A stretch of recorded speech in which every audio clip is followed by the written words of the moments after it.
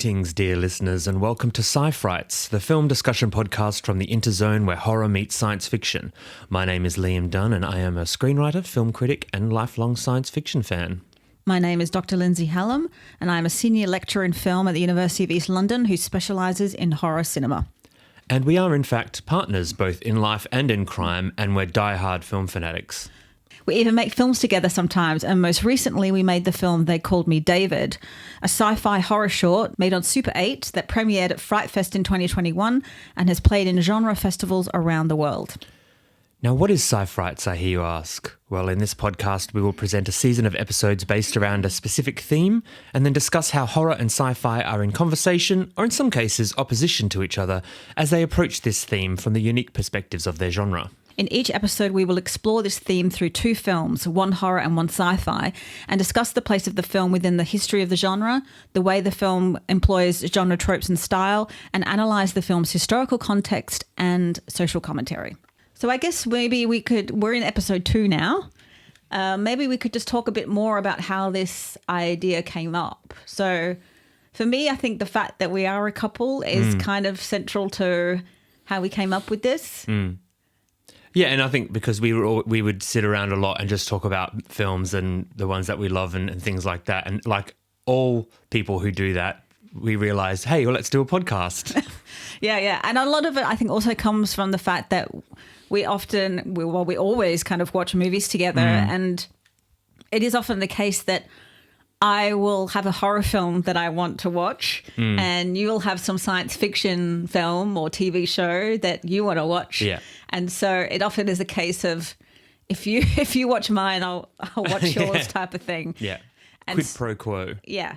So and so we just came up with this idea that given that I love horror, you love sci-fi, let's kind of bring them together. Yeah, and I think also a realisation that there are different genres that sometimes intersect. You know, you can get a horror sci-fi where all of those things are happening. But I think also we realise that they tackle the same subject matter all the time. And I think it was an interesting idea that we could look at themes and ideas that are explored in both a horror context and a sci-fi context and see how they interact with each other or in opposition to each other. And we just thought that would be an interesting way to do it because, we both love those genres, and like we'd just give it a go, give it a crack.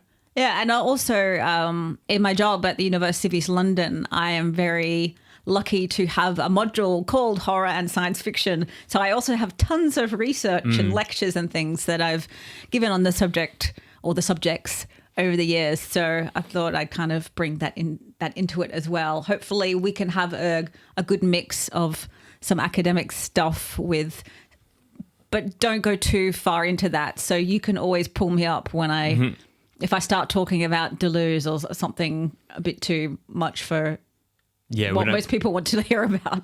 When I don't understand what you're talking about. Yeah, you can let me know. Yeah, and so that's the idea for the podcast, but then about when we wanted to do what we were going to do for our first one, and we thought we'd do this season about sort of influences of Frankenstein, because didn't we think that that's where it all began really, isn't it? And that would be the best jumping off point for us. Definitely. I again, going back to that module that I teach, I say to my students that both genres were born from Mary Shelley's Frankenstein. And so that's kind of where we thought we could begin with this season. The first episode we did very directly looked at Frankenstein and its influences and films that were inspired by that. And now I think we're going to go off into slightly different territory with the films in this episode and in future episodes. But I think it all comes back to Frankenstein. I think we've got to thematically link it in, even if we don't talk about Frankenstein a lot going forward. I think it's all going to link in quite nicely. It's almost inevitable when you talk about horror or science fiction films. It often always seems to come back to Frankenstein. There are elements that are in that novel that just almost seem to just permeate everything throughout both the genres. Yeah, I think I've mentioned before as well that I think everybody has it in their DNA that even if you don't know the story directly, you know the elements. And I think it comes out whether people in films and books and TV and whatever without people consciously realizing it probably. All right. So let's get into episode 2. Episode 2. This is where we're going to explore the elite company of Dr. Frankenstein and others who share his legacy as we dive into the enigmatic world of the mad scientist. Lindsay, what films are we looking at? So we're looking at Ken Russell's psychedelic thriller Altered States and Stuart Gordon's Lovecraftian gore-fest Re-Animator. And just a reminder to everyone out there in podcast land, we are going to spoil the hell out of these films. So if you want to watch them before you listen to us talk about them, go right ahead and do that and come back. We'll be waiting. So without further ado, welcome to episode 2 of the Sci-Frights podcast. So today we're looking at Nutty Professors.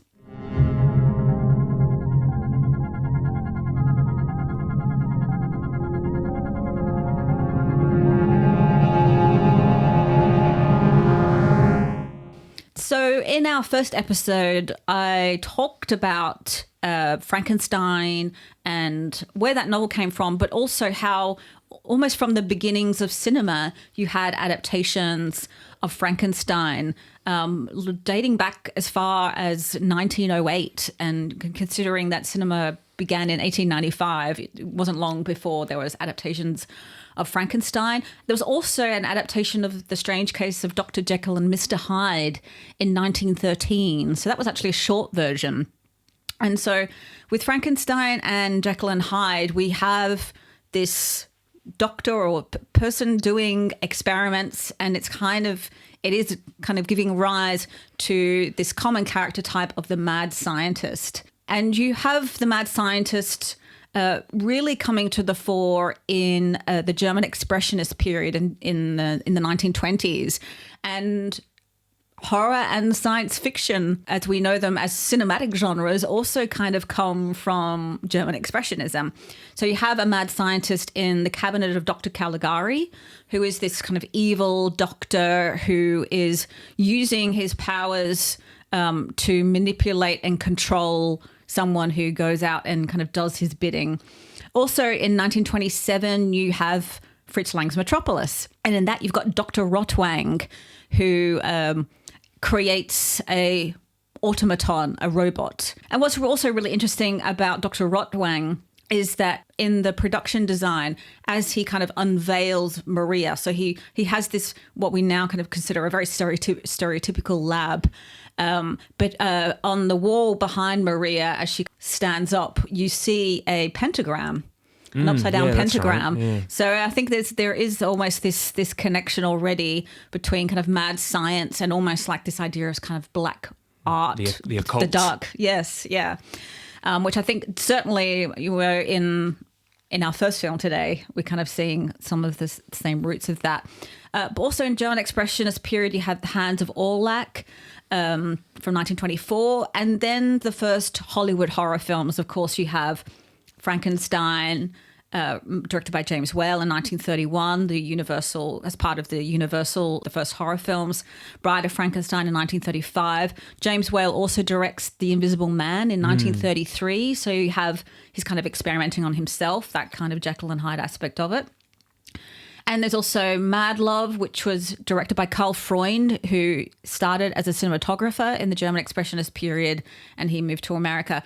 Also, in 1932, you have Island of Lost Souls, which is an adaptation of The Island of Dr. Moreau, the novel by H.G. Wells. So again, you have, I think Victor Frankenstein, Jekyll and Hyde, and The Island of Dr. Moreau, these literary works that are being adapted to cinema. What's central to a lot of these mad science films is what you could possibly say is quite a conservative message, in that they are kind of presenting these mad scientists as dabbling almost in God's domain, and that is being presented as a bad thing, that there are things that man is not meant to know. There's this book on horror cinema by James Marriott and Kim Newman, and they talk about the mad scientist, that the figure is essentially conservative drawing on a Puritan distrust of prideful knowledge that still feeds a current of anti-intellectualism. So this idea is that these mad science tales are cautionary tales. It's warning humanity that there are things that we shouldn't know, that we shouldn't challenge God's domain. And that leads to kind of certain death and destruction. So it's this whole idea of information is dangerous. And you can relate that back to Prometheus, the whole idea of knowledge brings punishment. And of course, that was about almost the idea of defying the gods. That was banging up against the shift that came with the Enlightenment of that we were starting to seek knowledge from science and nature rather than from God. And that you could say that there is maybe this conservative thing of like it's showing that to turn away from God towards science is a bad thing. So you definitely could see that there maybe is this quite conservative message perhaps inherent in this story. And certainly I think when you look at the older films, I think just older horror and maybe also science fiction films in general, they often do work on this idea that there is some kind of aberration that comes into being, in this monstrous inhuman form. And the whole idea of the story is that you've got to destroy the monster, expel them, and then natural order is restored. And so a lot of older films do follow that kind of, it's almost like it's a closed kind of circle at the end that you start with everything, natural order is in place. There's disruption or aberration. You expel that and the order comes back. Order is restored. But I think as you get into the 1960s, that doesn't exist anymore. You have a lot more kind of open endings. Also, you have a lot of sequels and things. But I think the whole shift, the generational shift that comes with the 1960s really changes probably both genres away from that just idea of expelling the monster and that, there is maybe much more kind of sympathy for the monster or for the other that comes with later films. And so you also have the idea that mad science films are kind of linking to cultural events and fears. Frankenstein was written at a time when modes of thought were changing, science was advancing, people were looking to science rather than religion for life's answers. And then once you kind of come out of World War II, there's a lot of mad science films that start to reference, I think, the Nazi experiments, the figure of Dr. Mengele. And also in the 1950s, you have all the nuclear threats and you have a lot of mad scientists using radiation and playing with the fears at the time of the Cold War, of possible nuclear annihilation that are, the whole thing. These were created by scientists. Scientists created the means to destroy us all. Should we trust them? And also as you get along, I can think also like one of our future episodes, we're going to talk kind of about diabolical surgery. We all want to kind of stop the aging process and kind of defy death. There's the growing trends of plastic surgery. But then also you have all that work being done now with genetics, which we talked about in our last episode with the when we looked at splice. So you can kind of see this whole idea of mad science always kind of changing with the times and reflecting our kind of cultural fears and anxieties, but I think also our curiosities as well. I think this is probably a good point for us to start talking about altered states.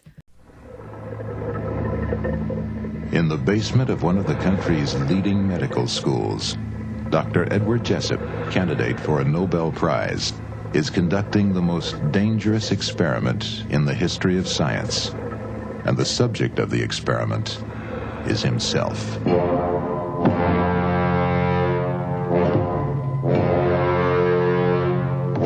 Ask him what kind of an experience I can expect.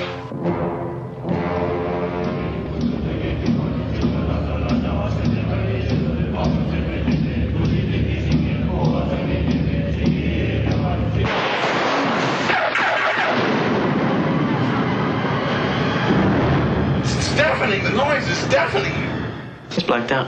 What happens during these blackout periods is you get the feeling of phenomenal acceleration, like you're being shot out over millions, billions of years. Time simply obliterates. You guys are shooting off with an untested drug that stacks up in the brain and works in the nucleus of the cell, and you don't call that dangerous. Now, I'm asking you to put the experiment off until we understand a little more in order to minimize the risk. No way. I'm really frightened.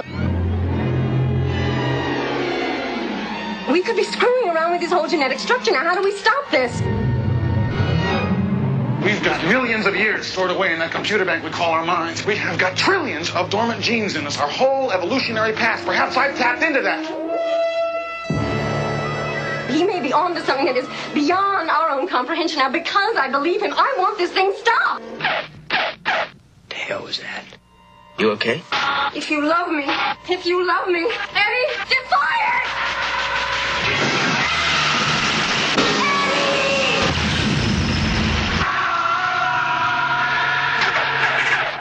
Altered States. Altered States is a Hollywood film that was released in 1980, directed by the extremely boring Ken Russell, and written by the wildly experimental Paddy Chayefsky, who was always up for a bit of random tomfoolery, which I'll get to later, and starring William Hurt in, I think, what was his first film role? Yes, it is. And Blair Brown, Bob Balaban, Hollywood super hunk Bob Balaban, and Drew Barrymore shows up as their kid, as her first role as well. And Altered States follows William Hurt's character, Edward Jessup, who is a professor at, I believe, Harvard University, who's experimenting with schizophrenia and other mental illnesses, and he's using sensory deprivation technology and techniques in order to unlock the potential of the human mind and to delve into the subconscious. And he wants to keep pushing forward with his experiments, and he meets Emily, played by Blair Brown. Then they become romantically entangled and get married. She's an anthropologist herself. She's deeply in love with him, but he's very cold and standoffish with her. He seems to be more passionate about his experiments and about science than he is about human relationships. And he hears that that there are these tribes people in Mexico who use psychedelic substances from mushrooms, and he's determined to go down there and try it. And he has some weird experiences while he does that, and he brings the drug back to the States, where he combines the use of the drug with his sensory deprivation techniques by floating in a tank with all sound and light taken away from him. So he's only left with his senses and the effect of the drug. And so through his explorations of this, he doesn't just unlock his subconscious, but he seems to have unlocked some deeper mystery of the universe that resides within even below our subconscious, perhaps even the soul, who can say? But it seems to start to physically affect the world around him to the point where he starts to change physically. Things start to happen when he's outside of the tank. Are these just more hallucinations and carry over from his experiments, or has he actually unlocked something or brought something back from this other plane of reality? It's a very, very interesting film. I think what makes this science fiction in my mind is it's taking those almost, I guess, it's exploring supernatural elements or mystical elements, but applying a scientific methodology to it. It's using a modern frame of mind, point of reference, modern technology in order to explore something that has only ever been explored by religion and by mystics and things like that. It's based on a real person who did these experiments, which we'll talk about in a bit. What it does for me is it made me think of the whole idea of the Fortean science, which I'll explain. Of Charles Fort was a journalist and a writer who worked in the early 20th century, and he started to report on weird things that were going on around the world. So if frogs falling from the sky, or strange creatures being seen in some rural area. So things like the Loch Ness Monster, things like, even UFOs and aliens, and these sort of get all these strange phenomena, unexplained phenomena, can fall under the umbrella of the idea of the Fortean subject. And by that, I mean, Fort was a journalist who didn't just take things at face value. If someone said frogs were falling from the sky, he'd go and investigate, and he'd look at all the records, and he'd try to find out if this is really happening, then why is this really happening? And the idea is you don't dismiss, but you also don't dismiss these events out of hand. You want to actually inquire and think about, well, perhaps if we had the right tools or we had the right methodology, we could unlock these things that we just think are supernatural or weird, and there might actually be a scientific explanation for these things. So it's not believing or not disbelieving, but it's having that inquiring mind in order to look into that. And I think this film is an example of that. Because it's based on a real person's experiments in the 50s. And I think in the 50s, 60s, 70s, I think there was actually a time when academics and scientists would look at subjects like things like cryptozoology or the idea of the soul or the afterlife with a scientific regimen of like, well, maybe we do need to look into this. Maybe there does need to be there is an explanation that we just don't know yet because we don't have the right tool or we don't have the right thesis to unlock this mystery. Of course, a lot of these things end up still being mysteries because they probably are not. They're all just perceived in our minds, or they are things that we haven't had. We don't have the right technology to. So I think that's where this film falls for me, is in that area. And in the centre of that in the film is our nutty professor. Yeah. So let's talk about Edward Jessup. So what was interesting is that as I was kind of thinking about this film, the first thing that came to mind was that Jessup, the name Jessup, which is a very odd name, it made me suddenly think about Jekyll. And then I remember thinking, well, his first name is Edward, and then in Jekyll and Hyde, it's Henry Jekyll and Edward Hyde. So I'm assuming that, maybe when Paddy Chayefsky was writing the novel, maybe there was some kind of reference point there. The fact that his name is almost like this combination of Jekyll and Hyde, that it isn't about, he is experimenting on himself like Jekyll and Hyde, but that rather than, Jekyll and Hyde kind of splitting into two, it's all within the character. So yeah, he is a really kind of interesting character. Like you say, he does fit into the kind of scientific, the stereotype of the very cold, detached clinical scientist who is more interested and obsessed with his research, and to the point where he neglects everything else, and that's all that he really is kind of thinking about. Well, he wants this sort of enlightenment. He has this whole idea of looking inward and expanding his consciousness, but really he's using that as a way to avoid his real responsibilities and his real life. And I think that's the kind of overriding theme, which we can talk a bit more about later, but of the film is this. It's funny that he's trying to expand his consciousness, but it's kind of like, but he's missing everything else that's actually right in front of him and what's around him. Also, Jessup is like, it's Jesus with a P, like an anagram. If you put Jesus P in an anagram, it's Jessup, right? I don't know. It's just something I thought I'd. Oh, kind of, yeah. And the Jekyll and Hyde thing, I think I was reading about Chayefsky, and he was discussing with his friend Bob Fosse about doing a story inspired by Frankenstein and Jekyll and Hyde. And this is kind of what came out of it eventually. Okay, so he was thinking about Jekyll and Hyde, which, I think it's very clear in that film. But he's called, other characters in the film call him things like an unmitigated madman and a Faust figure.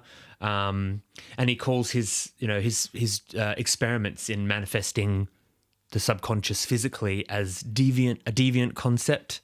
So he's seen as this mad scientist, this guy on the fringes of science, pushing the boundaries of what we know and what we understand to be true, in search of a greater truth, really, that maybe there's this other aspect to our minds that we haven't yet unlocked that might be the key to eternal happiness or eternal sanity, maybe, I don't know. Because he talks about his work with schizophrenia, and he says it isn't a disease, and that we need to expand our consciousness in order to sort of break the bonds of these things, the sort of mental health issues that keep us restricted, I suppose. Yeah, and I think there is this all this kind of religious imagery, which I think where Ken Russell always loves to go to town with all the Oh, yeah. crazy over-the-top religious imagery. But it also makes me think, going back to Frankenstein, Victor Frankenstein in the story as a child is obsessed with the work of alchemists. So again, I think there is this weird link between, I guess, science and magic. And the fact that Jessup talks about that as a child he had religious visions. He was really religious until his father got cancer, and he had such a protracted battle with cancer, and he died. And he said he basically stopped believing in God after that. And he stopped having visions. Yeah. And I think he also mentions that his parents weren't religious. And I think he even mentions at one point his mother is a psychologist. Yeah. Yeah. So he's predisposed already to this, to sort of what he's about to do to himself. It's like he's got all this baggage that he comes along with, that he's trying to unburden himself of all this stuff and break through it. Yeah. But really, ultimately, it kind of turns against him, really. Yeah. And I think, and again, it all goes back really to, like, I think his father. Yeah. And it also makes me think of, like, Ken Russell. I was just looking up because I was thinking, with all the really over the top, Catholic imagery. I think certainly of like the devils or even the Lair of the White Worm as well, and in this film as well. Like, was Ken Russell a Catholic? And I couldn't see any reference to him as a child, but then I did find reference that he had converted to Catholicism in the 50s, and he was born in 1927. So as an adult, he converted to Catholicism, but then he says that as he was making The Devils, that was kind of the last nail in the coffin of his Catholicism. So I guess he maybe had this brief flirtation. So he maybe is he is kind of like Jessup in that he wasn't brought up with religion, but somehow was drawn to it. Yeah. But yeah, I just find that that whole aspect of Jessup, that, as much as he is the cold, detached clinician, he has this history of like wild visions and fantasies. And even Emily talks about, at one point I think it's the first time we have the kind of mad kind of visions and things is, I think it's after he and Emily have sex. And there's all these visions of his father in a hospital bed. And I think after they have sex, Emily asks him, like, what are you thinking about? And he says he's thinking about God. and there's references throughout that she talks about, like, with their sex life, that it is almost like, she says something like being ravaged by a mad monk or something. Harpooned by a raging monk, other words that she uses. Yeah. So and that she likes that. She digs that. Yeah. So it is this interesting aspect of it that he has this. There's I guess the obsession is with trying to find the answers to everything, but it is also about. There's this religious aspect to it, but also this idea of just going back to the kind of ancient primal human. That certainly would be pre-Christian, that what he's trying to get to. And of course, later on, he seems to tap into that, and he almost takes on this simian form, this pre-human form. So, and the fact that he's interested in his research starts with looking into schizophrenia. Before, schizophrenia was diagnosed, that often people who would have been who we now know would be schizophrenics, were often people who, have religious visions. And the whole idea that people, many, hundreds and hundreds of years ago, people would think that, I guess like just the voice that we all have in our head, our kind of inner monologue, people would have thought that maybe that was the voice of God. Yeah. And now, if you actually really do believe that God is talking to you, or the devil is telling you to do things, that now we kind of consider that usually kind of a sign of kind of a schizophrenic personality. So it is interesting that that's where his research is going, is looking into schizophrenia. He believes that there's something else out there, and there's something that he needs to find and unlock. And I think that from his childhood and the visions and things, like he's always been searching for that. But then I guess the death of his father blocks him off from the emotional side of that. It's very self-absorbed. It's almost like the white man fantasy of being the center of the universe. And I think that's character journey actually is that he has to realize that he's not the center of the universe, and that actually enlightenment comes from realizing that in the grand scheme of things, you're actually nothing really, and that you're like the best you can do is to have to love somebody and to have these human connections and stuff, because otherwise you just go mad. Yeah. And that goes back to the whole thing with mad scientists. Of course, there is the famous moment in the 1931 Frankenstein where he says, it's alive, it's alive. And then he says after that, now I know what it is to be God or something. Yeah, and yeah. so the whole idea of the mad scientists is they want to be God. And so it's definitely the whole idea that all of this research is really, for Jessup, is... Yeah, he wants to be the one to find the answer. Yeah. Yeah, definitely. But then we have the ultimate message of the film, like you say, is really it's all about there is no clear-cut answer, that all we have is each other. Rather than going into ourselves, we should... It's the journey, not the destination. Yeah. But and the big connection, of course, in the film is with his wife, Emily, played by Blair Brown. And I really like the relationship between the two of them. They're so very much equals. I think they're both kind of referred to as like whiz kids. They've both completed their doctorates at very young ages. They're very, very talented at the forefront of their field. I can't remember what she was. Is she working in anthropology? Yeah, she's an anthropologist, yeah. Yeah. And so, when they first meet, it is the kind of meeting of the minds. And she sees him in that door, like he comes through the door, and it's almost like, but it is almost kind of this religious experience, because he comes through the door and the light streams in, and she just kind of sees him silhouetted against this bright light, which they actually Russell mirrors later on when he's standing in a door and he's covered in darkness, because at the point when he's kind of at his lowest point, which I think I really like. But there's that moment where he walks in and it's almost like, she has this almost religious experience seeing this guy walk in, who she's just like, who is this guy? Who's this tall drink of water? And then the whole fact that I think she even says that even sex is a mystical experience, that they're joining together is what often is this for him, is maybe tapping into this higher or this religious aspect, and he's not actually realizing that until the end that yes, that's where it could really happen. That's where the enlightenment happens. Yeah. And also I like that party scene for another reason as well, is that they're all these cool Harvard scientists who are all smoking weed, and they're listening to the Doors, which is referencing the Doors of Perception, wink wink. So there's kind of foreshadowing there. And I also thought, like, could these be like these people at this party, are they the parents of Clive and Ilsa from Splice? Yeah. Like, it kind of gives you that sort of vibe as well, of like, these are the new up and comers who are like, we don't believe in the old order. We're going to break the old order and dive deep into these new areas of scientific exploration. And that actually makes me think, because I was looking up just like on IMDb or whatever about the film, just reminding myself, who plays what and their names and things. And in one of the synopses that was put on there by, I think people could just put their own synopsis on IMDb. And someone says that, and it says that this film is taking place in the 60s.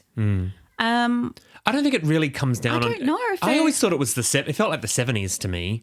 I mean, because the Doors were 70s, weren't they? But like... No, 60s. 60s, sorry. So I don't know, but like it didn't feel like it was taking place at any particular time to me. Yeah, because it comes out in 1980, right? Yeah. And I just assumed it was 70s. It felt, because it would have been shot in like 78, 79, so it does feel kind of 70s to me. Yeah, but it's just like I never even thought that. But of course, the whole thing was that a lot of this experimentation was happening in the 60s. Well, that's what I was talking about, the 40 and stuff of this is when they were doing all this stuff. Like I mean, I can go on to talk about the guy who it's based on, because his experiments were being done in the 50s. Okay, yeah. So this is the time where these sorts of things were happening, where there was actually a scientific interest in this stuff, and you could get grants to do this stuff, which now everyone just thinks it's nonsense, because as it went on, no one got any results, so they just abandoned it. And also because the government, because of the Cold War, the government were offering all these classified contracts to scientists and stuff, because if you got to say, oh, I'm doing this classified experiment for the government, you were guaranteed research money. So there's a lot of that stuff going on at that time. So I think we should go into, because I know that this is something that you really do have an interest, I know, over the years, of all the strange books about MK Ultra and psychedelic experiments and things. So I kind of want you to take us through. So who is Edward Jessup based on? And yeah, it seems like you mentioned, in the 1950s, it very much is coming out of World War II. I'm assuming, a lot of the German scientists who get accepted, if it's part of that coming out of the kind of nuclear tests, and I guess the whole thing. Well, I always just think about MK Ultra and the Manchurian Candidate, the whole idea. But who is it based on? I mean, there's this. The Operation Paperclip was what brought the Nazis scientists over, and they helped build like rockets and stuff. But like that, there was also that it was under that whole thing of all the government spending all this money on research and stuff because of the Cold War and not wanting to be left behind by the Soviets and by China and stuff. So it was like they just threw money at whatever. So, which I'll get to with, I'll try not to bog us down in too much detail, but so John C. Lilly was the guy that Jessup is based on, real life scientist. He was working with sensory deprivation stuff in the 50s at the National Institute of Health in Washington. But he started out doing, and now this is very strange stuff, but he was doing electric stimulation of the brain to find out parts of the brain that basically operated things like fear and pain. And so he would put electrodes into monkeys and electrically stimulate the electrodes, right? He even found the center like that, the bits of brain that control like erection and orgasm. And apparently they gave a monkey access to his own orgasm switch, which he would hit every 3 minutes. Because he was just like, boop, instant orgasm. Mm-hmm. And it's like, well, there you go. That's if we were all given our orgasm switch, we'd just all be sitting there pressing that all day. Nothing would ever get done. And this led him to wanting to do sensory deprivation because he wanted to look then at the brain in isolation from any stimuli and what it could do. So he'd build these tanks which were filled with fluid that you'd float in, so you weren't touching anything solid. You were just it was kind of womb-like, and you would have block out sound, and all you'd have is your own brain and darkness. And the idea is that you start to then hallucinate, or things start to happen within your mind that you didn't think would happen before. Also, he was a big fan of doing experiments on himself, which is what happens in the film. So he would take LSD and jump in the tank to try and achieve the highest state of consciousness that he was seeking. And this made him a cult figure within the counterculture. So I guess you're getting to that point where people like Timothy Leary and all of that sort of stuff, who were like these rock star scientists and thinkers because they were using drugs and grooving, man. But this also made him a pariah within scientific circles. Aldous Huxley, the famous sci-fi writer and proponent of drugs, he said that what men like Lilly are doing in the laboratory was done by the Christian hermits in the Tibet, I think, and elsewhere, and by Hindu and Tibetan hermits in the remote fastness of the Himalayas. My own belief is that these experiences really tell us something about the nature of the universe, that they are valuable in themselves and, above all, valuable when incorporated into our world picture and acted upon in normal life. So where is that quote from? So it was a footnote in a book, one of my favourite books, The Search for the Manchurian Candidate, the CIA and Mind Control by John Marks. And you can't see, but it's very well loved, and there's all sorts of little bookmarks and things. Yeah. So, yeah. And in fact, I've written in the margins, and there's a bit about John Lilly. I've actually written in pencil, Walter Bishop, ? Which is the character from Fringe, which I think Fringe takes a lot from Altered States. We could talk about it in a bit. But so he was this, a countercultural figure, doing all of these sensory deprivation techniques. But he abandoned his research. And maybe this was in an earlier version of the story of Altered States, but I can see if it was why they cut it out, because you want to focus more on the personal journey of the character. But basically the CIA came knocking and they wanted to use his research and him to do more research, to use sensory deprivation as a means of interrogation and mind control, in an operation called Artichoke, which would eventually become MK Ultra, which is their operation, which they were trying to find a surefire way to basically break down somebody mentally in order to get them to just say whatever they wanted them to say. And possibly mind control, like get someone to do something that would never normally do in real life, in their normal life. Okay, kind of make them into assassins as well. That's one theory. And they did try and do that. They tried to use hypnosis and stuff, and it just, the human brain is too complex for it to get any measurable results. But there was a guy who worked across the hall from Lily. I won't go too much into it, but Maitland Baldwin, if anybody's familiar with MK Ultra and all of that stuff like me, he's infamous because they came to him and when Lily said no, they went, Baldwin, would you like to do it? And he's like, yeah, fine, I'll do it. So he didn't have scruples. Because Lily was like, I'm not going to do that. That's horrible. And Maitland Baldwin was like, I'll do it. And his whole thing was using sensory deprivation, drugs, isolation to enact, what they call psychic driving, which was trying to break somebody down to basically be a blank slate and then rebuilt to be whoever you wanted them to be. So then Lily left that field and then he moved into behavioural work with dolphins and trying to understand their intelligence and communicate with them. And this work inspired another movie starring George C. Scott called The Day of the Dolphin, which, is about trying to sort of work with dolphins and figure out what their deal is. Yeah, so you can see that there were all these experiments happening with psychedelics, and a lot of it kind of came into the counterculture. But it is interesting that it all came from a very government wanting to control people, weird. And it became this way for a lot of people to, as Timothy Leary says, drop out of society almost. Well, I mean. Because while cultures and civilizations were using psychedelics for thousands of years, I mean, that's where you found, it wasn't until the 40s and 50s that I suppose the West, is sort of like America, Britain, these countries were starting to get into it and discover these things. Like I think it was in the 50s that the first white men went down to rural, like the deepest jungles of Mexico and ate mushrooms. And then in 1943, Albert Hoffman, the scientist who was working for Sandoz Pharmaceuticals, was trying to make a stimulant for childbirth and accidentally invented LSD. Oh, wow. And so that was made in a lab using various different things, but that was using an ergot derivative, which is kind of from fungus and stuff anyway. And he mistakenly ingested it. And then there's a famous story that he was riding his bike home and then he just suddenly felt like he wanted to die and was having all these horrible things because he was tripping and he didn't know what was going on. So scientists immediately viewed this new drug as a way to kind of help people suffering from mental health. They immediately realized that this is to help people with schizophrenia, depression, that sort of thing, and even substance abuse. But the government also saw potential of its use as a weapon and an interrogation tool. Like I said, with MK Ultra, they wanted to use it for all of that. And they put a lot of controls on the drug, on LSD specifically and psychedelics, because they didn't want anyone... They only wanted to use it for their experiments. They didn't want it to get out. They didn't want it to be in the world. It's like, because they thought, well, if this can be used for mind control, then we want to have control of it.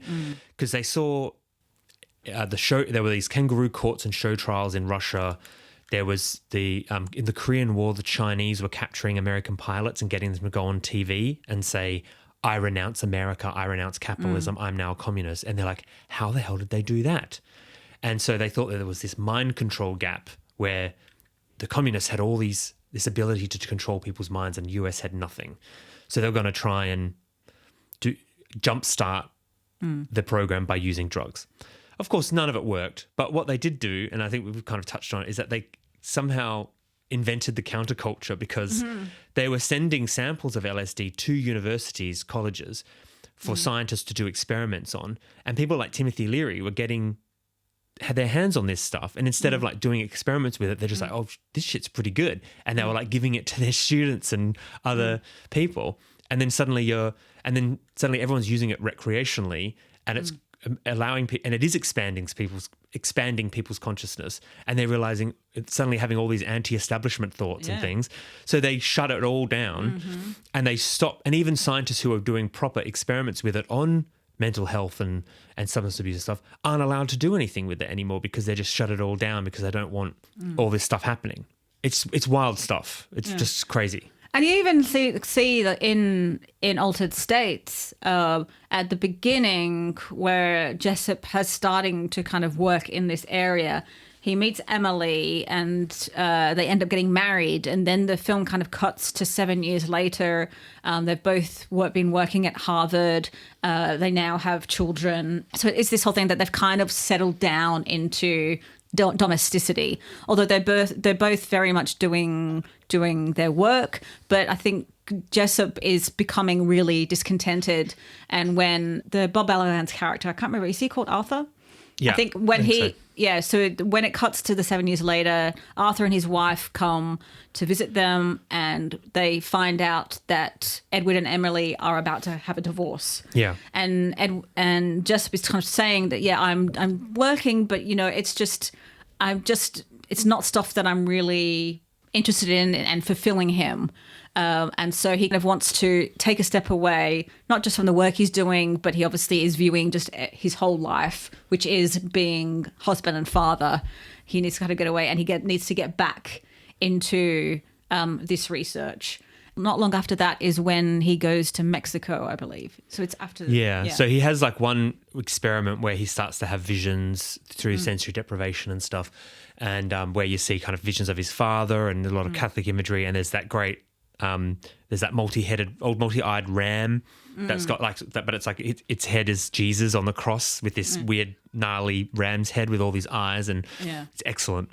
And so it's almost like that. This is his first foray into breaking down all that baggage in his subconscious, like the images of his dad, the religious imagery and stuff. And then now that he's had a divorce and he's kind of free of the family, he goes to Mexico because he hears about the tribe down there using basically ayahuasca.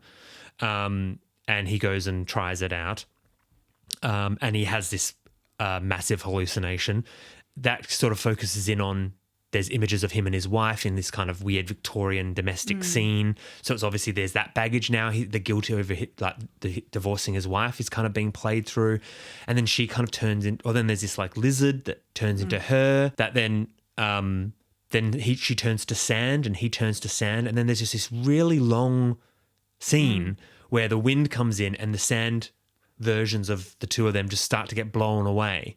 And it just seems to go on forever, for a really long time. It's great. It's so good because it's preceded by all this mad stuff, like fireworks going off, giant mushrooms, just weird, like just all this imagery crashing into each other, and it's like really fast and frenetic. And then suddenly all of that stops, and then we're just watching this sand get blown away. And it's beautiful. It's stunning. Like Ken Russell's was hired for this film because of his visual style, and the hallucination scenes in this film are amazing. And then when it cuts back to like the next day, there's this corpse of a lizard next to him, and apparently the tribe kick him out because they're like, he killed this lizard, and he doesn't even remember doing it. And I think that's the first manifestation of sort of the darkness inherent in the human psyche that is being loosed by his experiments, that he's not being enlightened, but he's kind of unearthing or revealing something darker within himself. And I think it's also within that sequence, that hallucination, there are all these images of ancient people or like pre-human. He's like tapping into an ancient so I think so. It's interesting that you talk about the shots of him in Victorian dress and being about his guilt. To me, that just seemed like that was kind of civilized self. And that he was going back even further, because I guess the whole thing is that the Victorian is kind of in the past, but then he's going back even further and tapping into some ancient thing. And this whole idea of the lizard, it made me think of like the reptilian brain, which is supposed to be this kind of completely the primitive part of our brains that we have within our brains, this kind of reptilian brain. And then you have Emily lying like the lizard, but then he kills a lizard. So there's this weird kind of connection there that did he see this lizard and thinking it was Emily? And so this whole thing of the violence, sex and death all coming together, and that he ends up committing this violent act that it often seems to, as we go forward with a lot of the other experiments that he does with the drug. I mean, the next experiment that he does when they bring the drug from Mexico back, and he's in the isolation tank. And what's interesting about this experiment is that we don't see any visions in this one. He just narrates what's going on. Yeah, so we're outside. So the shot is of outside the tank. Yeah. And we hear Jessup inside the tank, and he's narrating. And he's going back further and further backwards in time to the time of the first man, of sort of the ape man, the Australopithecine, I suppose, or somewhere aroundabouts. And he's like, and he's observing what's going on. He's seeing these green fields and trees and things, and he's seeing these ape men, and then he's like, no, now I've become one, and now we're hunting and stalking, and he's killing a goat, and then you start hearing these primal noises, like he's not even talking anymore, he's just like grunting and gnashing teeth, and then when they go to check on him, he's just got blood all over his mouth, as if that's the goat's blood. And then they pull him out of the tank, and he can't even speak. He's just grunting, but he can write, and he's writing to tell them, I need you to do this, that, and the other before I reconstitute.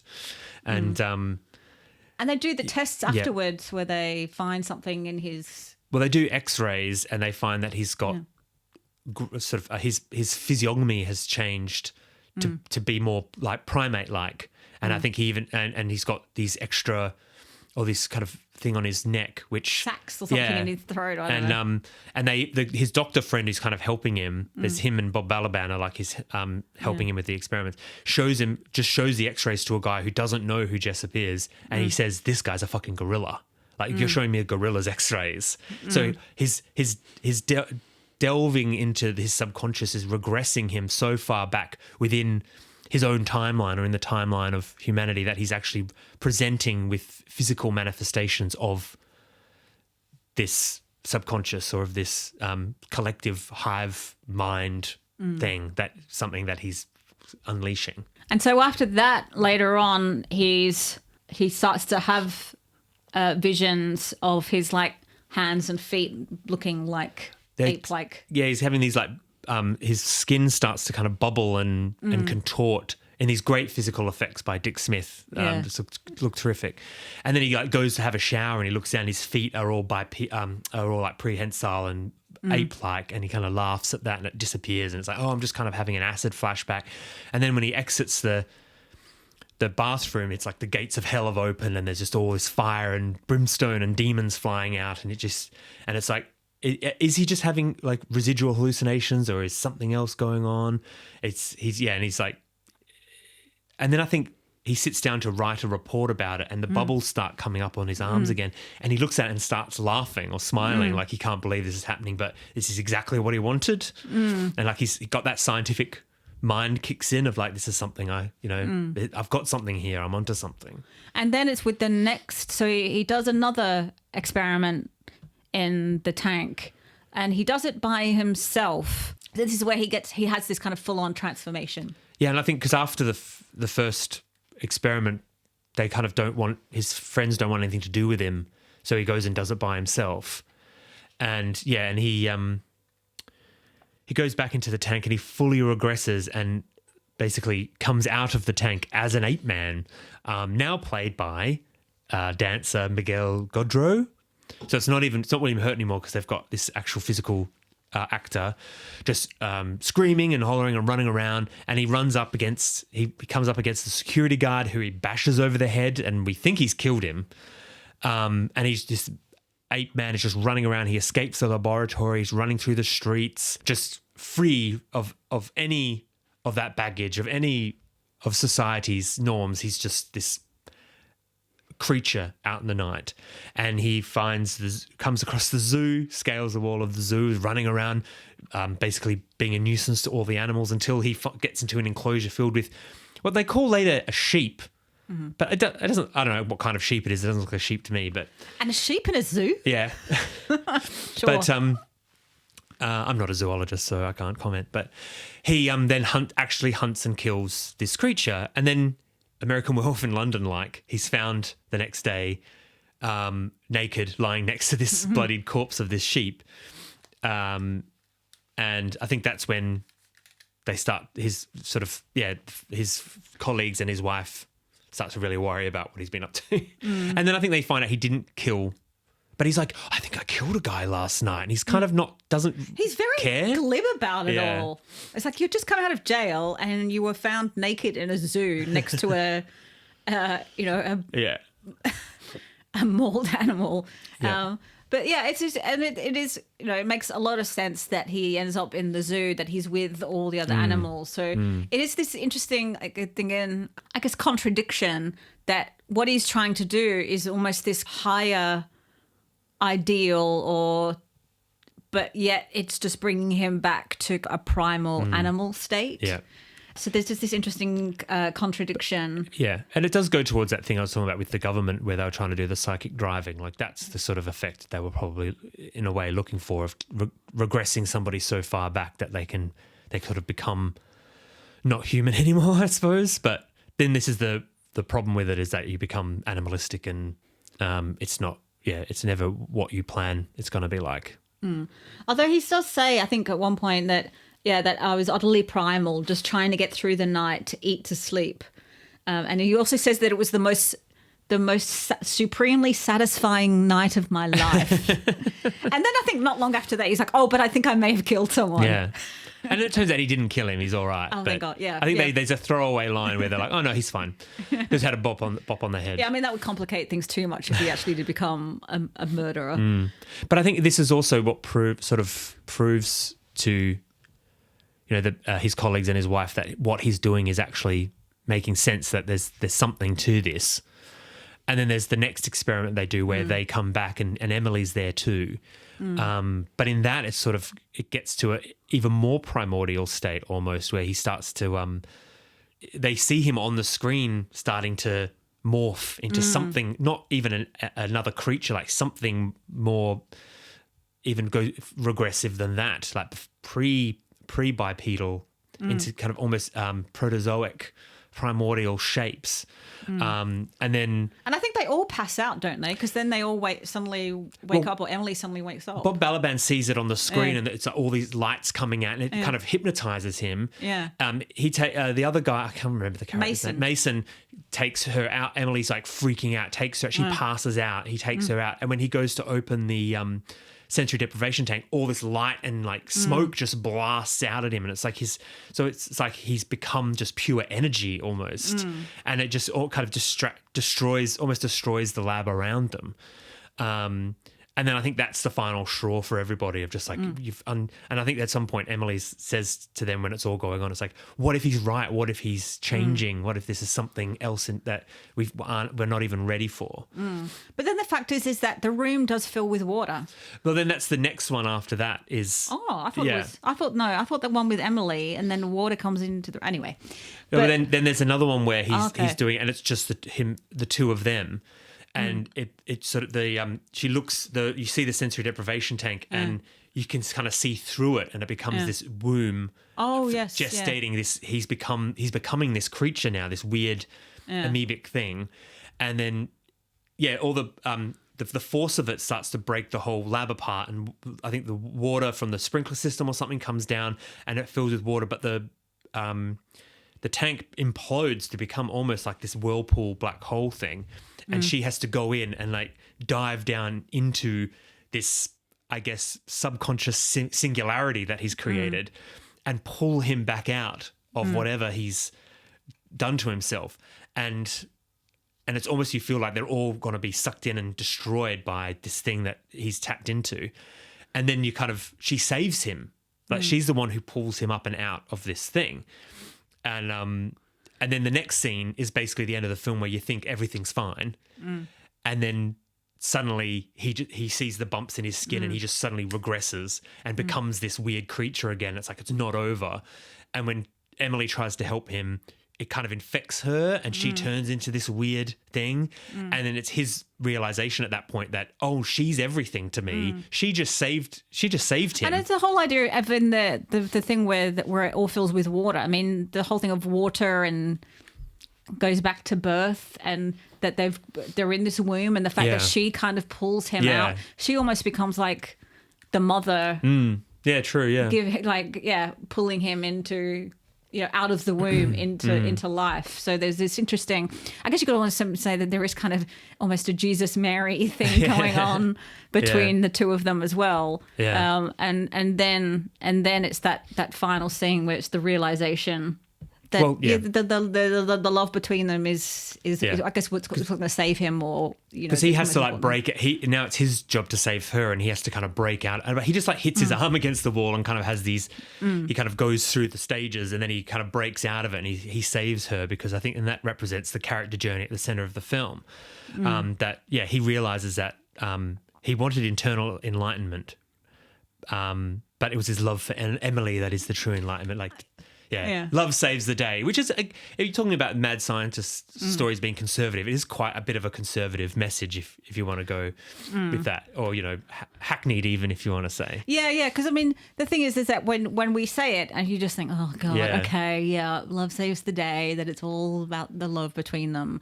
That they're now going to be the nice stable family, and he's not going to have to worry about doing these silly things anymore, and he's going to be a good husband and father. So when you think of it in that way, I'm like, yeah, that is a conservative message. But the film, thankfully, it doesn't feel that way. Yeah. And that maybe it is more about that he's trying to go kind of inward to a connection with, I guess, a primal self. But I guess that whole thing was that primal self. It's actually more just a tapping into, I guess, it really is the connection between people. It isn't about your own enlightenment. It's about the realization, I guess, that we are all connected. We are all interconnected, yeah. And it's not all about the one person. It's about all of us. But also I think it's about that, as a society, we're so conditioned by religion, socio-cultural forces, and all these things that we have too much. It's almost like reaching for enlightenment or looking for this deeper mystery. It becomes destructive.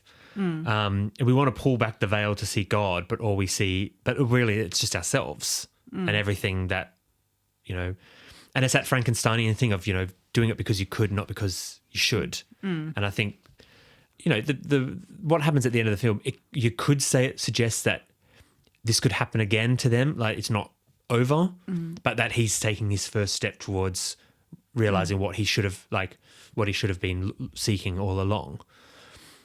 Or you can just say, yeah, it's a pat ending. That's silly. But then it makes me think of a lot of other ancient forms of knowledge. Like, I think about, Jung had the idea of the collective unconscious. That the unconscious state is actually a collective one shared by everyone, and that you can tap into it. And the whole idea that different stories and archetypes come up again and again, even from civilizations that were completely separate from each other. So is there something inherently human about, he was very much about like stories and archetypes and things. And even like with forms of meditation is about tapping into, like with transcendental meditation, it's about the unified field. Yeah. And they've actually found that within physics, there's something like that state exists as well. So this whole idea that there is separation between each person and thing in the world is maybe more of a later stage. Maybe you could even say like capitalist, the whole thing of like, where you just want to, it's just yourself, and you've got to get stuff for yourself. But yeah, if you really want to tap into like the more kind of, I guess, ancient state of being, it is about our connections with each other, which is a nice way to think. I actually, And also in terms of psychedelic drugs and stuff, what people say about ketamine is that because we produce low levels of it in our bodies already, and then when people actually take it in large amounts, they do all have the same experience. At least originally, they all have like, there's like a talking wall or something, and like everybody has like, it's almost like there is this sort of anteroom that you go into, that everybody goes into before they have their whatever experience they're going to have. That there's almost this qualifying moment where like, and so shared hallucinations by people who take those drugs and things. But it's like, but even like people who aren't even in the same room, like people who recount using it in different contexts, who don't know each other, or have at least to begin with, the same experience. So there's, you wonder, and also with ayahuasca, apparently it's made up of two different, people have the same experience on that, but it's made up of two different ingredients. Like how long did it take to discover that you take this bit from here and this bit from there, you put it together, you create this thing, and you meet these entities when you do it. So it's like, and it comes from the earth. Yeah. So if you wanted to, you could talk about how there might be something, this collective unconscious that you can actually access.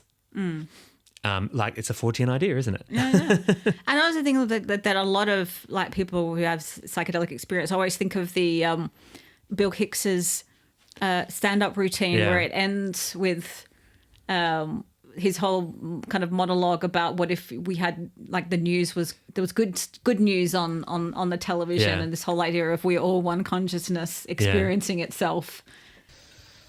How about a positive LSD story? Wouldn't that be newsworthy just once, to base your decision on information rather than scare tactics and superstitions and lies? Just once. I think it would be newsworthy. Today, a young man on acid realized that all matter is merely energy condensed to a slow vibration, that we are all one consciousness experiencing itself subjectively. There is no such thing as death. Life is only a dream, and we're the imagination of ourselves. Here's Tom with the weather.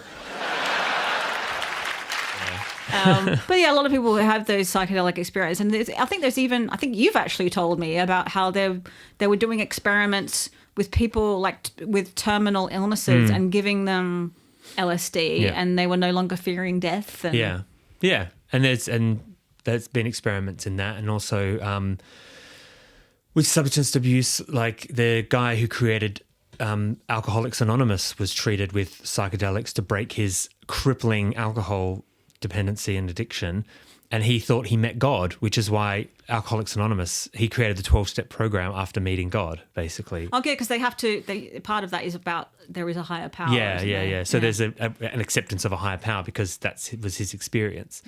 So, I mean, it's powerful stuff that I think it can be used correctly. Yeah. And I think people like Jessup and Lily were like pushing the boundaries of what it could do. And I guess you always need someone to go push the boat out and to see where the limits are. Yeah. At the time that the film came out, was it well accepted or like critically or commercially? What was the response when it first came out? It was a budget of $15 million and it made almost $20 million, so it made its money back. It was Oscar nominated for sound and score. Reviews at the time were strong, with Ken Russell actually saying that he felt he got more plaudits for Altered States than he had for any of his previous films at that point, or at least in a while. And John C. Lilly himself reportedly liked the film. There's stories that like 2001: A Space Odyssey, which some of the special effects reminds me of. There are a lot of young people going in high to watch it, and even I was reading in that Ken Russell book you showed me that people were going and in between the hallucinatory scenes, were going outside to do more drugs, and then someone would come and go, the hallucinations are starting, and they'd come back in. So they didn't even care about all the in-between bits. Film critic Richard Corliss at the time called it dazzling science fiction. He said, madness is its subject and substance, style and spirit. The film changes tone, even form, with its hero's every new mood and mutation. It expands and contracts with his mind until both almost crack.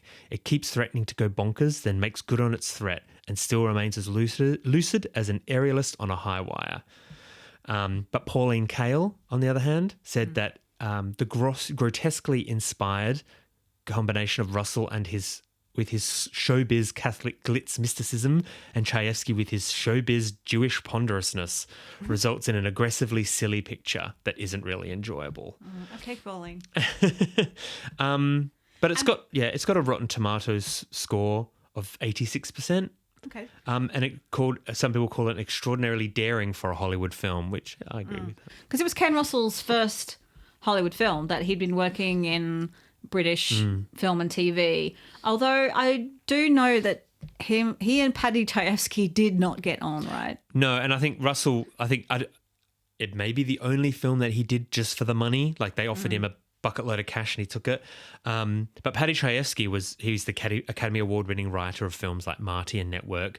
He had a lot of power in Hollywood, where I think the deal he made with Altered States is that he basically had creative control over it, even though he wasn't the director. I don't know if he may have been a producer credit, but he took his name off the film in the end as the writer.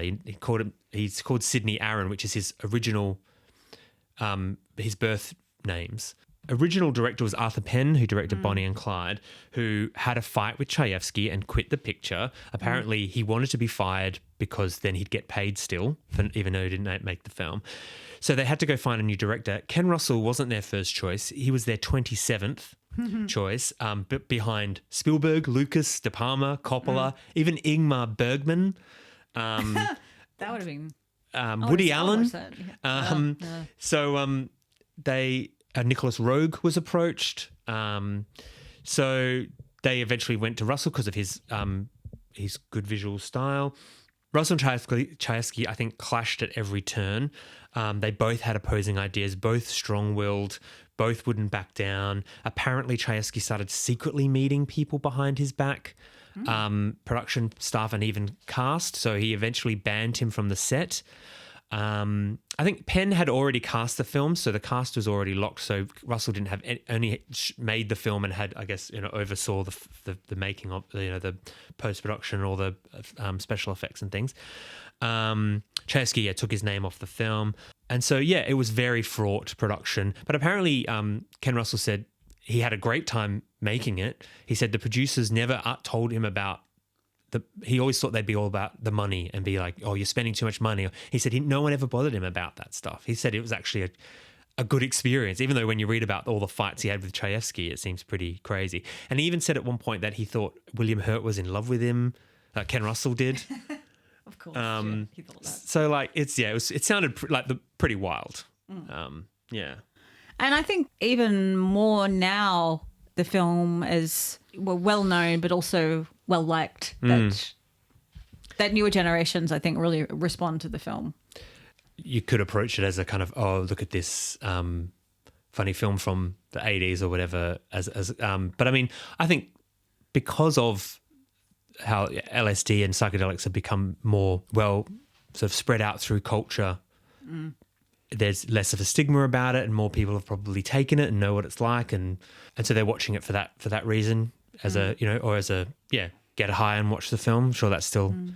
And I think it's also the whole thing that you do get just people now going and taking ayahuasca. I mean, we were just recently on the train, and there was a woman on the phone telling her friend about that she was having all these weird treatments, and that I think she was saying, oh yeah, next one is going to be having ayahuasca, and it was this whole thing of like, it has become almost like a commodity. It just seems to go against the whole idea of it. Just anyone, you get all these, I don't know, young professionals who go and pay to have their almost like a spa treatment, but with ayahuasca and whatever.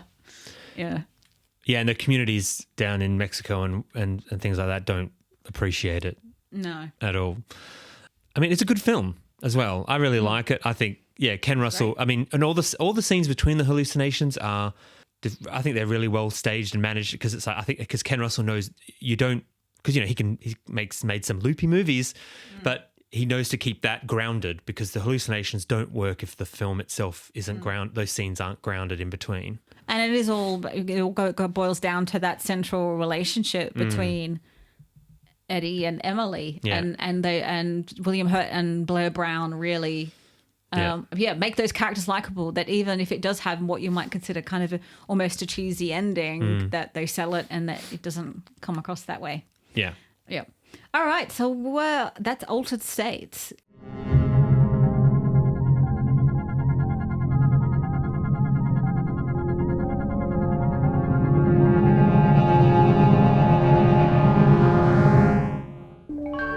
Herbert West is at the top of his class in medical school.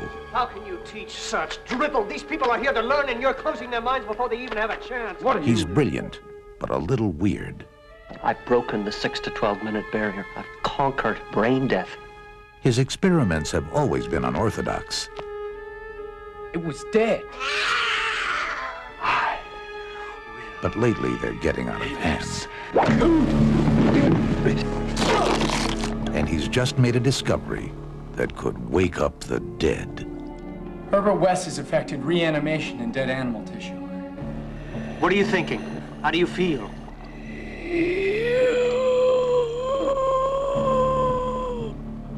You? 15 cc's of reagent being administered. Once you wake up the dead, you've got a real mess on your hands.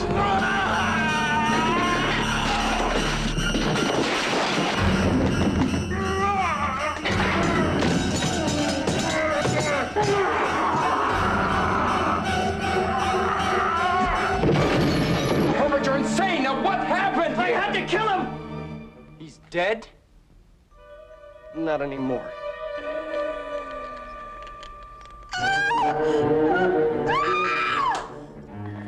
Herbert West brought a lot of dead people back to life, and not one of them showed any appreciation.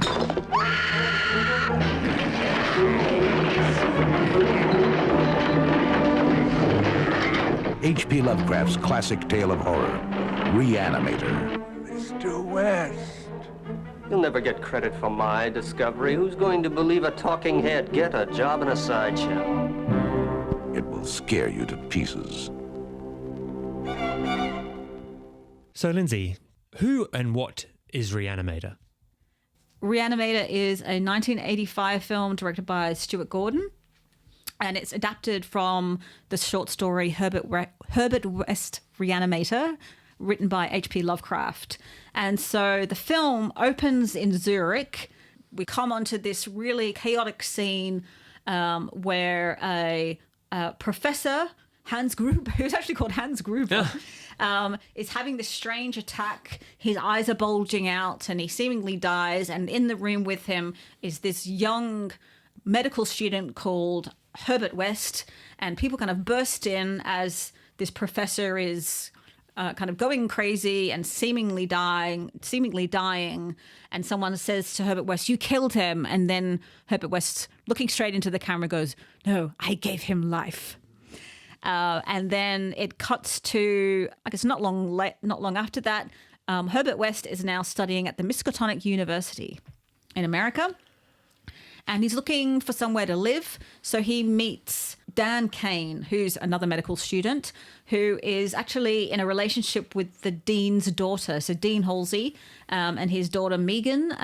But Megan and Dan have to keep their relationship quiet. But she says she's going to marry him once he graduates. West shows up, and so he's answering Dan's ad for a housemate, and he pretty much makes himself at home quite quickly. I think one of his first questions is, "Do you have a basement?" Which they do. So he's like, "Yep, I'm coming in. I'm going to live here now." And then one night, Dan and Megan come home, and their cat Rufus is missing. And they're trying to kind of find where the cat is. They end up going into Herbert West's room. He has a fridge in his room, and they open it up and they see the dead body of Rufus, which is very, very sad. And then later on, there are these strange noises coming from the basement. Dan goes down and sees West with Rufus, who is now been brought back to life, but is acting very violently, is attacking Herbert. And then from there, Dan is kind of told about Herbert's experiments, where he has a reagent, this glowing green fluid, that if he injects it into a corpse, it seems to come back to life, but it always seems to come back quite violent. Dan tells the dean about Herbert's experiments, and they end up getting barred from school. And so they break in and try a reagent on a corpse, which, of course, as always, starts to act violently. The dean comes in, and while this reanimated corpse is kind of flailing around, Halsey ends up being killed, and then they reanimate him, but he's in this kind of strange zombie-like state. And he gets committed. And so there's another professor, Carl Hill, who realizes West's experiments, and while he's performing a lobotomy on the dean, he realizes he's dead, and so then he tries to blackmail Herbert West to give him all his notes, and basically he's going to take credit for his work, but then West kills him, decapitates him, and brings back the head and body separately back to life. And then you have this battle between the now reanimated Carl Hill, who also has designs on Megan, and West and Dan, who want to take back their experiment. They find Megan, who's been kidnapped by Hill. A big fight breaks out because Hill also has been reanimating lots of other corpses, which he's able to control telepathically as well. And then it kind of ends with all these reanimated corpses and all fighting each other off. And Dan and Megan manage to escape, but West puts more reagent into Hill's body, and then Hill's kind of entrails come out, and the last we see of West is kind of he's been taken over by all these intestines and entrails. So Dan and Megan escape, but then Megan's attacked and strangled by one of the corpses, and so the film ends with Dan seemingly about to reanimate Megan. And who is the nutty professor in this instance? Yeah. So yeah, this is all about Herbert West. So the actual source story, Herbert West Re-Animator, is told from this unnamed narrator's perspective, who is basically the accomplice of Herbert West, so the Dan character. So in many ways you could say that Dan is the main character, but really it's the story all revolves around Herbert West and his experiments. And so the science is really fantastical. So I think that's why it's kind of not so much a science. I wouldn't really call it a science fiction story. It's very much a horror film. It's very much typical of the kind of 80s body horror. Yeah. So there's lots of gore and dismembered limbs and blood. I think John Nolan, who did the special effects and makeup effects, he said he went through so much more blood. Like I think it was like 12 times more blood than he's ever used on a production. So it is very much all about the effects of these experiments on the body. And so the reanimated corpses, they're kind of like zombies. And they're these very kind of violent, inhuman monsters. And I was even listening to an interview with Stuart Gordon, and he talked about, people talk about fast zombies starting with 28 Days Later, but the violent acting reanimated corpses in Lovecraft's story and in his film, they are quite, I guess you could call them kind of fast zombies. They're zombies, but they're not kind of moving slowly. There are these really quite strong, violent creatures. One of the things that kind of comes up again and again as you're watching this story is like, you questioning, why is Herbert doing this? He's not really driven by any desire to help people at all. When you think about like with Frankenstein, like Victor Frankenstein, he was kind of motivated by grief at the loss of his mother, and that kind of drives him to almost like want to conquer death because he never wants to go through that grief again. Herbert West is just like, I'm just going to do this just because I can. Yeah. It is that whole thing of never thought to think, it's just that if we could, not if we should. Yeah. Like he doesn't, like Herbert West doesn't care if we should. He's just like, can we do it? Okay, I'm going to do it. And there's no like, oh, they've come back, but they're strong and violent and wrong. But I'm not going to try and fix the formula to do any. Like he just keeps bringing things back from the dead over and over, with no trying to change the experiment in any way.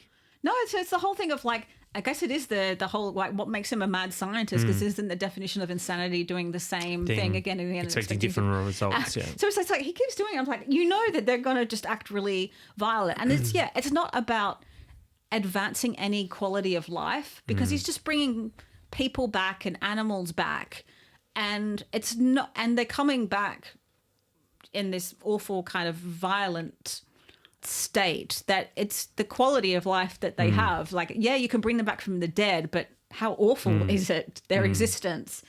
And it actually goes back to what I think about the source story and what Lovecraft was doing is that he has in many ways Herbert West.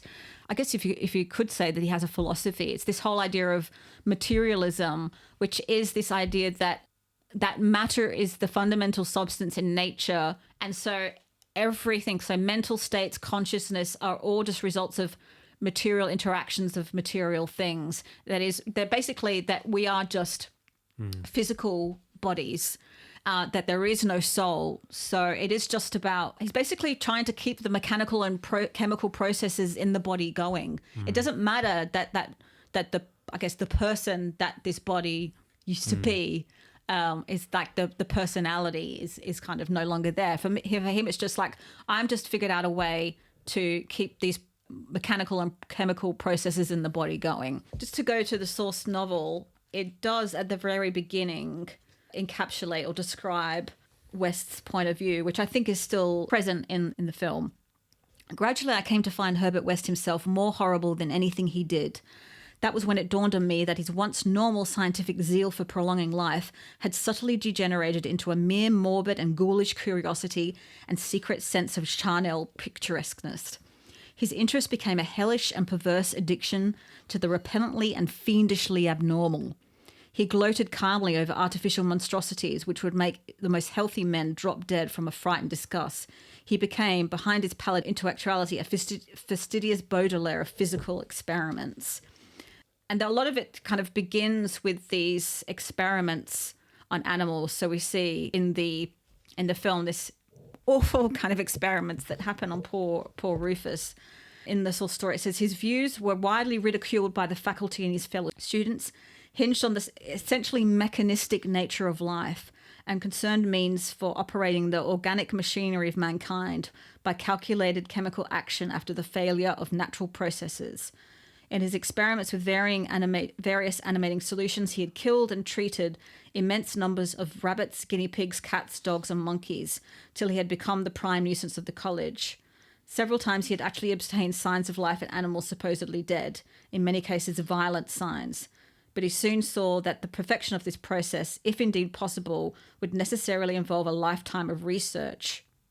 Herbert West is just like, just keep doing this process again and again and again, to just keep doing it, this very kind of long, drawn-out process of slowly, I guess, perfecting it. He's kind of like a reverse serial killer. Like he starts out with cats and dogs and then moves up to people, but he's bringing dead things back to life rather than killing them. Or does he kill things just to bring them back to life? Yes, that's the thing. It's like she's killing and then, so it's just like it is very much, I guess, just a mad obsession that he has, that to just do it just because he can. And the whole idea that as in the story and in the film, he's separating parts of the body and just reanimating parts of the body, like the whole thing of like decapitating Dr. Hill in order to see if can you reanimate the head and the body. So again, it's there's no reason as to why you would do this. Like there's no contribution to humanity or the world by doing this. You're not making anything better. So I think that's why he's definitely a mad scientist. That he is just fucking nuts. So the whole story is just, a lot of the story is just him doing things and then someone walks in and goes, what the hell is this? Yeah, it's almost like a farce. So it's very, very comical. And Stuart Gordon says that he even thinks that the source story, there is a kind of humor to it all. Like there's a line in the source story that's also used in the film where, something goes, terribly wrong, as every time Herbert West brings something back, it goes terribly wrong. And it's like, oh, well, it just wasn't fresh enough. Yeah. Next time. Yeah. So he just keeps doing it. It was like, it's just not fresh enough. He's just on this kind of mad quest, and he does manage to bring Dan along with him. I think, he does say to Dan at one point, let's work on this together because, maybe we'll become famous. And that's also when Dr. Hill finds out what West is doing. He also, I think, kind of is like, yeah, I want this because I want to be famous. So it is totally this kind of selfish aim that just to be famous or just to do it, just because they can. Well, there seems there's some parallels there with Clive and Hilster from Splice that we talked about last episode, and with Jessup. This is young scientists just going out there and being nuts. and I guess just not thinking about the consequences. Yeah. Which I guess comes with when the younger you are. Yeah, it you is don't think about it. Definitely. Yeah, you're not really thinking that far ahead. You just want to make a name for yourself and just like, I am the best. Well, you said there's this. Stuart Gordon thought there was a strain of sort of comedy within the story itself, but Lovecraft is not really known for his comedy. He's got his short stories and his mythos and everything. So do you want to talk about Lovecraft and where this fits in with all of that? Well, yeah, the source story was actually written as episodes in a serial. So this was the first story that Lovecraft ever got paid for. He was paid $5 an episode, and it was for the magazine called Homebrew, which I read was like a humor magazine. But it was appeared serially under the title Gruesome Tales, and gruesome is spelled Grewsome, gruesome. And he took the work because, basically to make money. But Lovecraft, he really almost, I guess you could say, disowned this story because he thought it was hackery, that he was forced to do a lot of these almost like write stories for hire, basically to make to make money, to make a living as a writer. And for him, the whole idea of art was supposed to be this very lofty pursuit that you should do just for the doing of it, and that you shouldn't really have to think about money at all. And that was almost a degrading part of it. So the stories that he was like this one that he was just doing for money, he'd kind of very much looked down upon. Takes place over kind of several episodes. So as you're reading it as one complete story, each episode he has to keep recounting and re-summarizing the story up to that point. So the story actually takes place over about 16 years, which is different to the film, where the film is almost like, I guess it's almost like for a few days or whatever. It all just escalates very quickly.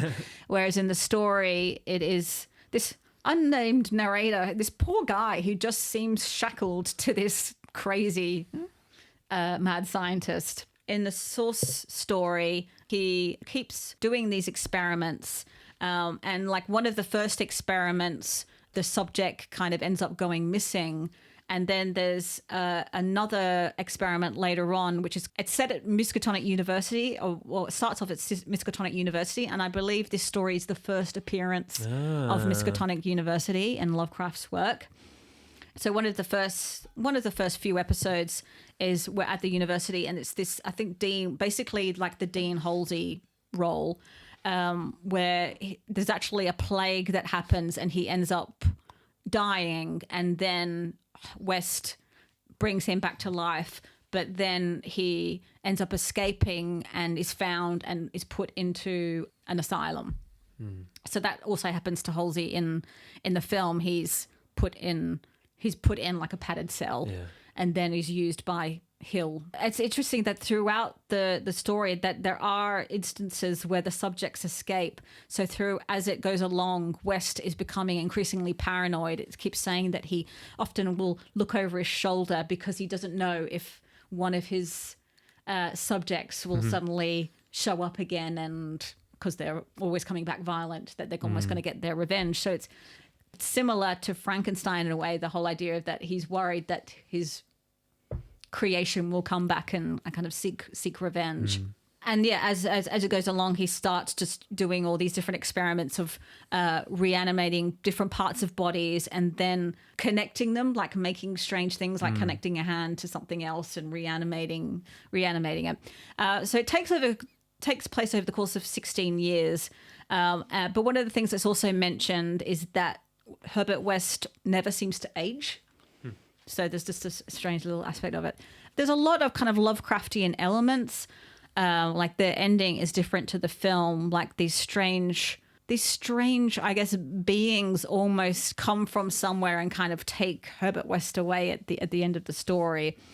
But what's different to a lot of Lovecraftian stories is that it actually is quite plot-driven, which is very different to, because the whole thing with a lot of Lovecraftian tales is that it is all about this dread and the vibes. Yeah, definitely, and that he often will have, just these strange, almost cosmic things that are happening that almost can't be described or can't be visualized. So there's always been, some difficulties with adapting a lot of his work. And so a lot of his stuff is pretty much all published in pulp magazines. So he doesn't really ever publish like novels. So he's working in this kind of area of weird fiction mixed with some science fiction as well. But it's this science fiction mixed with this, fear and dread. And so there isn't any supernatural elements in his works. I was reading this essay by S.T. Joshi that's an introduction in a collection of short stories where they mention that it's not so much supernatural but the supernormal that exists in Lovecraft's work. It's, natural law is not defied, but it's our conceptions of natural law that are challenged. And so alongside that, there is that more kind of cosmic horror tales that he's probably more well known for, like The Color Out of Space and The Call of Cthulhu. And there's this whole Cthulhu mythos around that kind of exists within his work. It's kind of a shared universe in a way. I mean, I don't know if characters cross over, but it all takes place within Arkham, Massachusetts. Miskatonic University shows up a lot, and there's these elder gods that are always circling around and manipulating events, or kind of just there in the background and things, right? They're deemed to be gods, but yet they're maybe also extraterrestrials. Just so there is extremely ancient beings of some sort. It is this interesting almost crossover between sci-fi and horror, because it's these ancient beings, but then they might also be extraterrestrial or like interdimensional. From Joshi's introduction, it says this mythology, Cthulhu mythology, has also been termed an anti-mythology. And they write, whereas most of the religions and mythologies in human history seek to reconcile human beings with the cosmos by depicting a close, benign relationship between man and God, Lovecraft's pseudo-mythology brutally shows that man is not the center of the universe, that the gods care nothing for him, and that the earth and all its inhabitants are but a momentary incident in the unending cyclical chaos of the universe. So, that's got links to Altered States, is what I was saying before about, I think, Jessup's journey is to be not the centre of the universe. But there's a much more hopeful and kind of nice, whereas this is just, we're all in this unfeeling, chaotic universe. If there is something like these higher beings, then they don't give a shit about us. And I guess that also connects further to, just Lovecraft's own, feelings about other people. It cannot be ignored, the really disgusting racism that exists across a lot of his works. Even in Herbert West Re-Animator, there's one experiment that happens with a black boxer who's brought back to life, and the description and the words used in this scene are just horrible. It's just it's hideously racist. But he really was just against anything that wasn't like him. Yeah. So he was not a nice man. He definitely. And he lived in a time when you could say these things and nobody batted an eyelid. Yeah. And then what's really great though, is that now we're getting these newer works that are confronting this aspect of Lovecraft. So we've got the great book Lovecraft Country by Matt Ruff, and also the work of Victor LaValle. So he's a Black American author. He did a really great novella called The Ballad of Black Tom. And so it is, I guess, subverting a lot of Lovecraft's work and this idea of cosmic horror and his mythology, and kind of turning it on its head. Lovecraft definitely has endured, and so there's something to that. But yeah, it's always important to not just sweep all these untoward aspects of his work under the rug. Do you want to talk about the making of Re-Animator and its origins and how it rose out of being a Lovecraft story to getting onto the screen? Yeah, so it's directed by Stuart Gordon, who has adapted Lovecraft several times throughout his filmography, and also he in theatre. So he comes from theatre. He had the Organic Theatre Company, which I believe was in Chicago. And they did a lot of strange experimental theatre that was almost quite interactive. There was a tale of like one of his theatre productions where they would chain up the doors so people couldn't leave. And so it was this kind of really... experimental forms of theatre. Even with some of his productions, he would come out at the end and ask the audience to kind of tell him what they thought. And he was totally fine with people just kind of saying what they didn't like and asking for explanations as to why are you doing this. And he even thought about doing an adaptation of Lovecraft for theatre. But then he also started thinking about it being something that could, at first he was thinking of adapting Herbert West Re-Animator for television.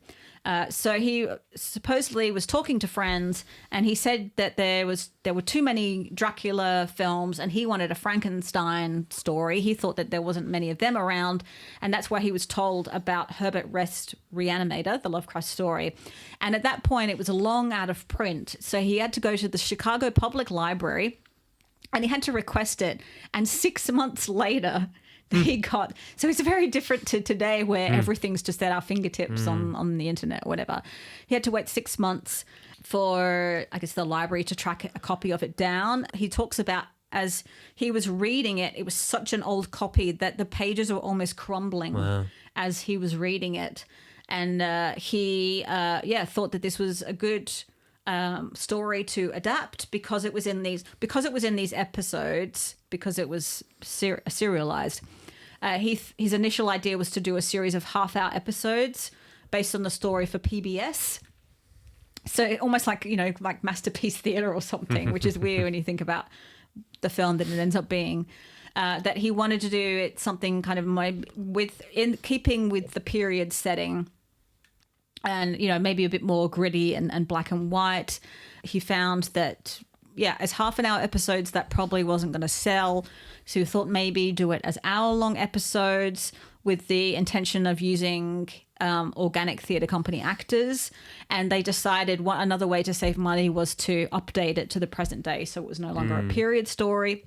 Then he started to meet with different people, and he ended up meeting Brian Yuzna, who is the producer and also a filmmaker in his own right, a director. And Yuzna thought that, they both shared a love of horror films, and he was like, let's make this a horror film. Let's do it in Hollywood. And over the course of a series of drafts, which were written by Dennis Paoli, it became more of a comedy, although, Gordon always thought that there was this funny kind of aspect to the original story. They ended up making the film. I don't think it was a huge budget. And they had John Nolan working on the special effects. The morgue, which is the focus of a lot of the film, is one of the main settings where a lot of these reanimations take place. They modeled it on the Cook County morgue. And Gordon wanted it to look modern and high tech because he thought the whole thing of the old dark morgue was something that had been so overdone. And so it is a different aspect to this film, that it is this kind of more modern hospital morgue that I guess we're probably much more familiar with. He even sent the two main actors, Jeffrey Combs, who plays Herbert West, and Bruce Abbott, who plays Dan Kane, to the LA morgue to kind of look, I guess, at the bodies. And because he comes from a theatre background, they had 3 weeks of rehearsal before shooting. So this was this was Stuart Gordon's first film, first feature film. And I believe Barbara Crampton, who plays Megan, it was also one of her first film as well. And I think Jeffrey Combs maybe had been in a couple of things. And supposedly he was quite shocked by the script and didn't think that anyone would see it. So he decided to do it. But yeah. But it launched his career. Yeah. They kind of does create almost like a company. Like he comes from theatre and he would have worked with the same kind of theatre company troupe of actors. And certainly, you know, Jeffrey Combs and Barbara Crampton are in a lot of his films moving forward. So obviously there was a real camaraderie and good working relationships with them all, because none of the actors have anything bad to say about Stuart Gordon. Yeah. And then if you think about the things that, especially poor Barbara Crampton ends up, you know, doing and having or being put through in the film. It's interesting that you say that it was going to be a TV show, because it feels like to me that it's a pilot to a show. Like it feels like a pilot to a TV show. Like I would have loved to have tuned in every week to watch Herbert West go up against Dr. Hill, and like because it does feel like they're setting up a kind of ongoing story in a way.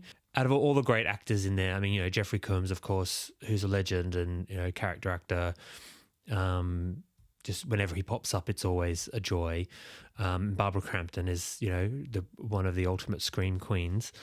But who is the actor who plays Dr. Hill? I think he's phenomenal in this, and he's just obviously so up for it and just into it in a weird way, or at least he's just so professional that he brings it.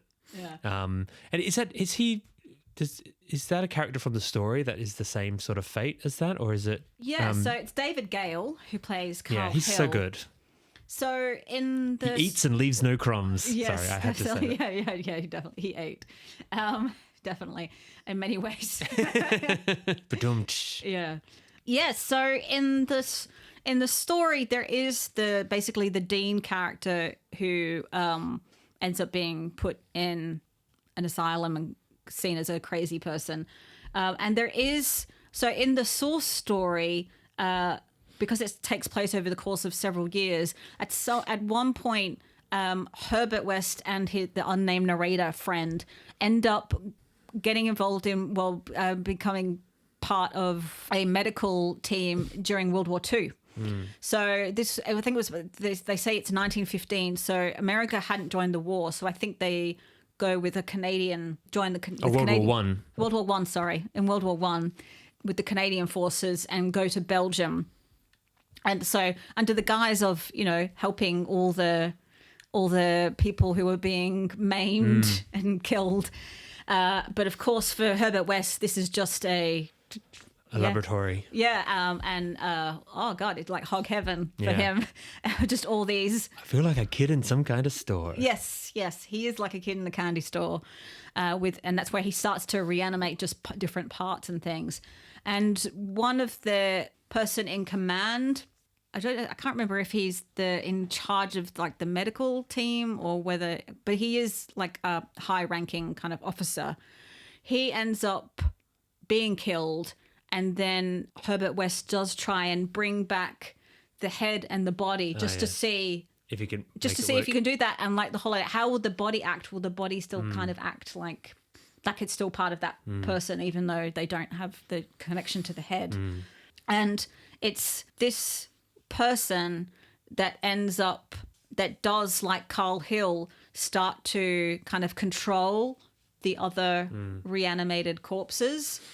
And in the story, a lot of these corpses, it's almost like it becomes an army, and it goes to the asylum where the dean was being kept and kind of release him. And then Herbert West becomes convinced that they're going to come and find him and enact their revenge.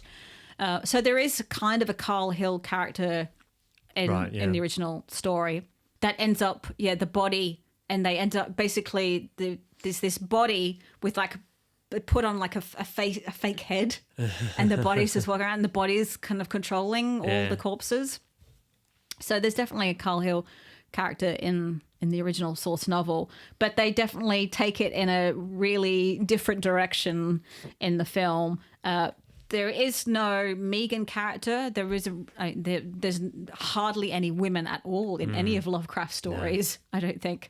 So they created the character of Megan, who is the girlfriend of Dan. But it also seems like she maybe is, I don't know if she's also studying to be a doctor, but they're studying together. So it's not quite clear what she is doing. And obviously she's the dean's daughter. And there is this whole thing that Carl Hill is obsessed with Megan. And so it leads to this very notorious scene where he's controlled the dean, who is Megan's father, to basically kidnap her and bring her to him. And while he's there, his body is kind of holding his head. And of course, there is the whole thing that she is stripped naked, and the head works its way down her body, and it seems kind of poised in between her legs, when just as Dan and West burst in. So it's this whole. It's become quite a notorious scene now of the kind of the head giving head. Yeah. Which, you know, it is. You're watching it now, and you just think, oh God, this basically is a scene of kind of sexual assault. But it is all just part of this very over the top tone of the film that it somehow manages to get away with it. Yeah, it's so nuts, and it's like so wild and strange that it's like, it does get away with it, I think, and it becomes funny because it's so unbelievable. You can't believe they actually went there. Yes. With that. Yeah. In fact, Barbara Crampton says that she and Jeffrey Combs had a saying when it comes to Stuart Gordon that more is not enough. And so they always kind of talk about, it's just the whole idea of it really does go as far as it can take things. And that there are a lot of like jokes throughout the film that kind of, I guess, break the tension. And it is a really, good balance that Gordon manages to strike with between the horror and the comedy in the film. So what was the reception of the film when it came out? So it was actually when they first assembled the film, they realized that if they went to the MPAA, they were probably going to get an X rating because it was just so full on. So at first they wanted to release it unrated, but because if something's unrated, it doesn't get a lot of advertising. A lot of places won't show it. So they submitted a re-edited version in 1986 that got an R rating from the MPAA. Which I was reading, and one place I was reading, they were saying that the R-rated version is 93 minutes. But the version that I've always watched that's available in the UK and also back in Australia is 86 minutes. And I remember the video cover in Australia because it was, the whole thing in Australia is that different states would give a rating, and there was a whole thing of like Queensland was really, really kind of conservative. And so I remember the cover of Re-Animator said banned in Queensland. And so that was kind of the whole thing of like, this is a really kind of full on, and it was rated R in Australia, which means that no one over the age of 18 can watch it. Same as here, it's in the UK, it's got an 18 certificate. And it actually cut out a subplot of Dr. Hill, of him hypnotizing different people and using his mind control. And apparently there were even scenes in what is now referred to as the integral cut that runs 105 minutes and was released on the German Blu-ray. And in that, apparently there is a scene where you see Herbert West injecting the reagent into himself to kind of stay awake and to keep focus. And so that might also explain why he goes so crazy as the film progresses. But when it came out, it was surprisingly, well received by genre fans, but also by serious critics. And you mentioned Pauline Kael before. She actually liked it. She called it Pop and Well. Roger Ebert liked it. It won some prizes at different festivals, genre festivals, and I think it even won a particular. I just read that it had won a special prize at Cannes. I don't know in what context that was, but yeah, it was. I think it's definitely become a cult classic. It still endures today. There was a musical version done for the stage in 2011. So yeah, I think. At the time, it was somewhat well received. I'm sure there would probably be some people where it was too much. And I believe some Lovecraft purists were not happy with the differences. But yeah, not enough racism. Yeah, right. It still has a big following today. Like even just talking to some of my students, a couple of my students have brought it up to me. That because I would think like especially the head giving head scene that would be too much for like a Gen Z audience. The stereotype is that they want to cancel everything, but no, a lot of them really love this film. Yeah, and I guess if its durability also brought about, and dare we talk about the 2 sequels that Brian Usner made, which are the law of diminishing returns in every way. Because I think The Bride of Re-Animator came out a few years after, and then there was Beyond Re-Animator, which was like 2003. Yeah, and Jeffrey Combs is like the only returning actor for all of it, I think. No, Dr. Hill's in the second one, isn't he? And Dan is in the second one. And what's interesting, so the second one is Bride of Re-Animator, and it makes me think a lot about Bride of Frankenstein, because in Re-Animator, you have Dan and Megan, kind of the central couple, and West is kind of interrupts that. And in the second film, it opens and Dan and Herbert West are actually in a war zone, aren't they? And they're a medical team, so that may be a nod to the source story where they go ahead out into a war. But it just made me think of in Bride of Frankenstein. You have Victor Frankenstein, who's just got married, but then he is visited by his old kind of mentor professor, Dr. Pretorius. And the whole thing in Bride of Frankenstein is that there's this almost quite overt kind of queer subtext. Dr. Pretorius is a very kind of camp figure, and that he's taking Victor Frankenstein. Oh, he's not called Victor in the films. I think he's Henry Frankenstein in the James Whale films. He takes Henry away from his wife, pretty much on their wedding night, takes him away to continue his experiments. And the whole thing is that the 2 men together create the bride. And it's almost like they become like this kind of family unit, or this couple. And I think that in The Bride of Re-Animator, what shocked me was that Dan and Herbert were like a couple now. They were like an old married couple, had been together for years. And then they create the bride.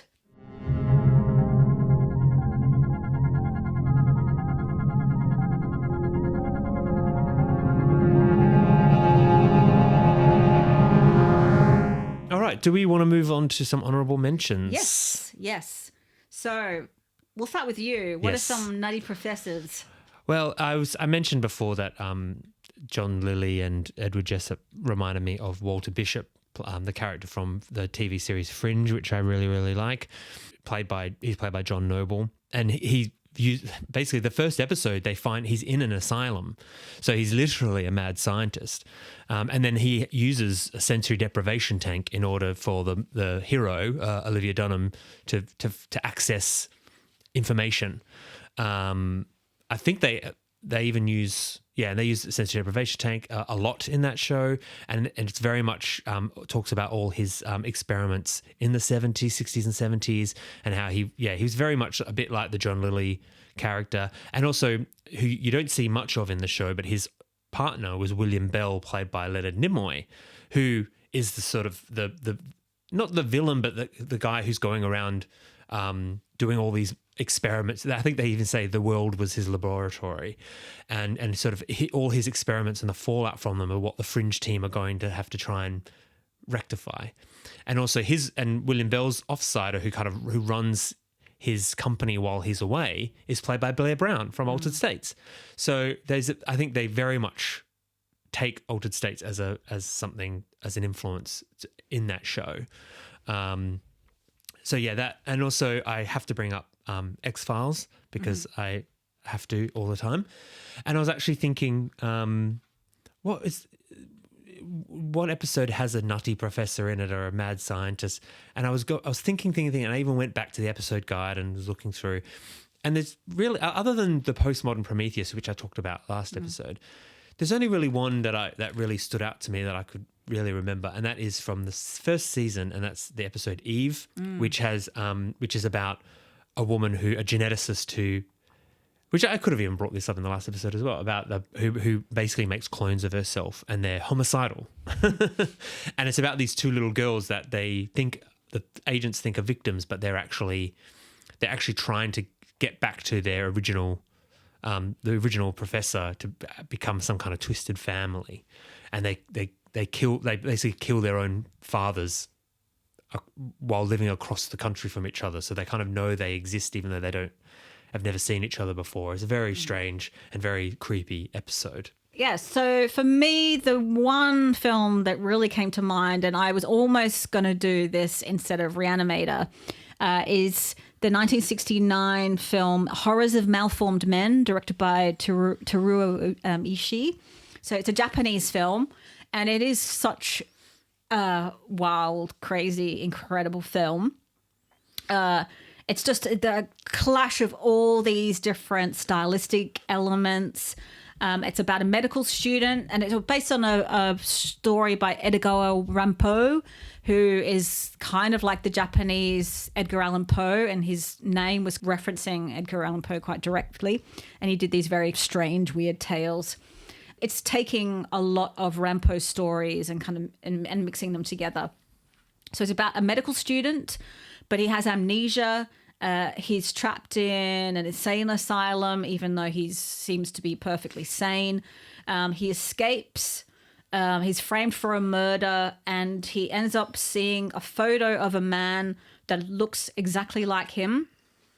And so he assumes this dead man's identity, and he goes to a nearby island where this person's father is, and he goes to the island and discovers that the father of the man whose identity he's taken is trying to build an ideal community where he transforms people into these strange, hideous freaks. So kind of like Dr. Moreau.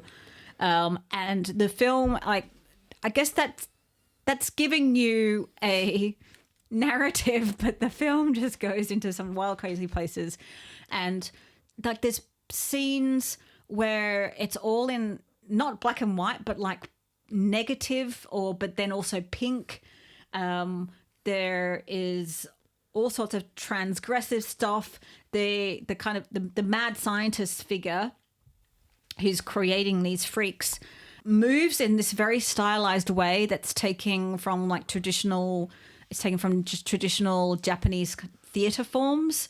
So it's to play the character, they got an actor who was trained in this particular style. So he has these very odd movements. So yeah, it's just such a great film, and I can't think of anything else like it. So definitely Horrors of Malformed Men. If you've never seen it before, I'd highly recommend it. I think I even when I saw it, I called it The Island of Dr. Moreau on bath salts, because it's just so wild. All right, what is your honourable mention? So I thought of this when watching Altered States, and so I watched it again recently, a film that I always really enjoyed, and I love it even more now having watched it after a few years away from it, and that's Ang Lee's Hulk from 2003. Now, bear with me. I think I don't know if Altered States is a direct influence, but there are a lot of similarities in this version of the Incredible Hulk that Ang Lee did. This is in the period just as the first Spider-Man movie came out. There was no MCU. They were just throwing stuff at the wall, and Ang Lee was like, I'll do a Hulk movie. And it is just the weirdest most interesting superhero movie to come out of that period, and maybe of all the superhero films that have ever come out. Especially it's because it's Ang Lee doing something different. It's an auteur at work, making this a very emotional, metaphoric movie. And so in this version of Hulk, the Nutty Professor, that is actually Nick Nolte's character, who's the father of Bruce Banner in this film, who does experiments in the 60s on an army base where he, like Lily, he does, and like Jessup, he does experiments on himself, and he's trying to create this new genetic toxin or what have you to make a better soldier or make a new change physiology.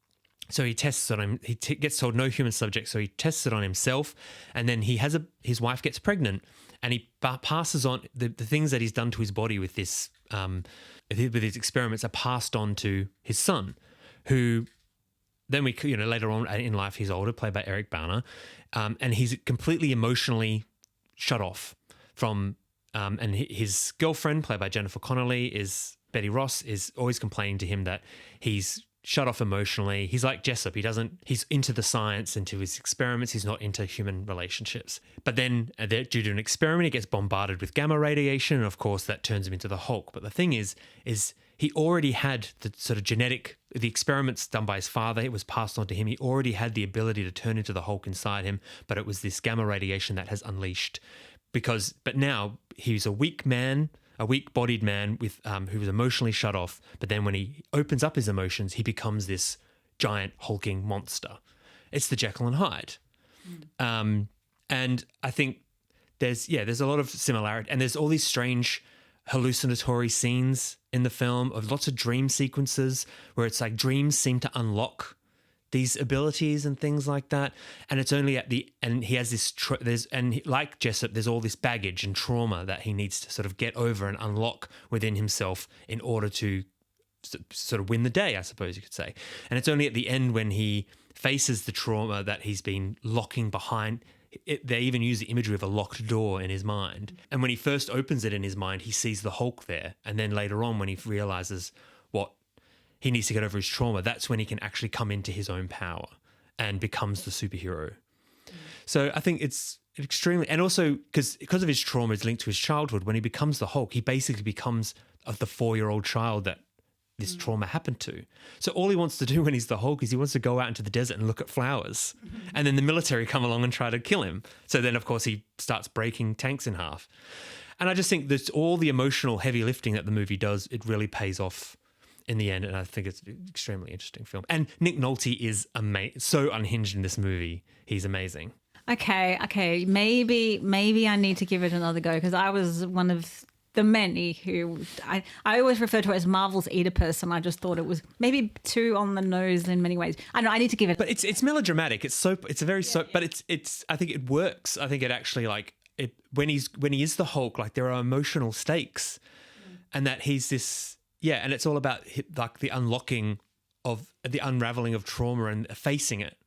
And so by the end, he can become the Hulk whenever he wants because he's not repressed anymore. And that's very much what a lot of films are about today. Everything is always about trauma. So, but possibly from a contemporary lens, it might work. Because like Jessup at the end, he gets in touch with his emotions. Okay. All right. I'll give it another go. Well, my next pick will be another crazy, well, I think it's from the 70s, not the 60s, film called The Strange Case of Dr. Jekyll and Miss Osborne, directed by Valerian Borovchik. Ooh. So we've mentioned Jekyll and Hyde several times throughout this episode. So I wanted to pick my favorite adaptation of that story. And Borovchik in this film, you have the Jekyll and Hyde story, but as the title suggests, and it was also known as Dr. Jekyll and His Women, there is this female character, his fiancée, who's very much central to the story as well. So you have Jekyll. It's been a few years since I've watched it, but I just remember the first time I ever watched this film, I was just so taken away by the imagery and the eroticism of the film, and when Jekyll turns into Hyde, he actually goes into this bath, so it's kind of like the isolation tank, maybe going into water, and then and then suddenly Hyde comes out, and it's this different actor, and the actor that they get to play Hyde is just weird, really weird looking guy, and I just found him really quite terrifying, but as the story goes on, it becomes very much about like Miss Osborne. She also kind of ends up turning somewhat like Altered States. It ends with the couple kind of coming together, but in this film, they both regress to this primal state, and they're going to stay there, and it's a very liberating thing. And Borovchik was working a lot in this area of what you might call erotic horror.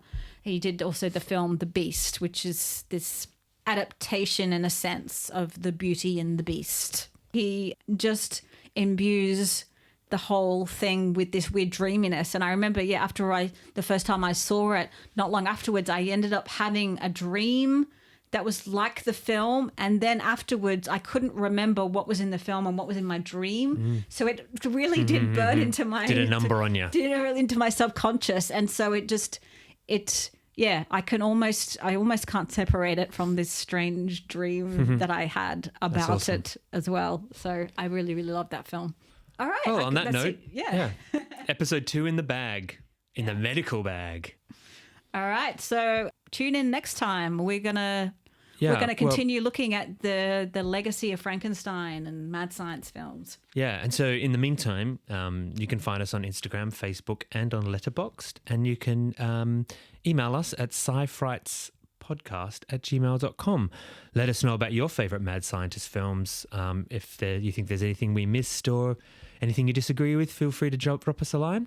Let us know how we're doing, and even suggest films that we might talk about in the future, or even themes or seasons. We're open. We take requests. Till next time.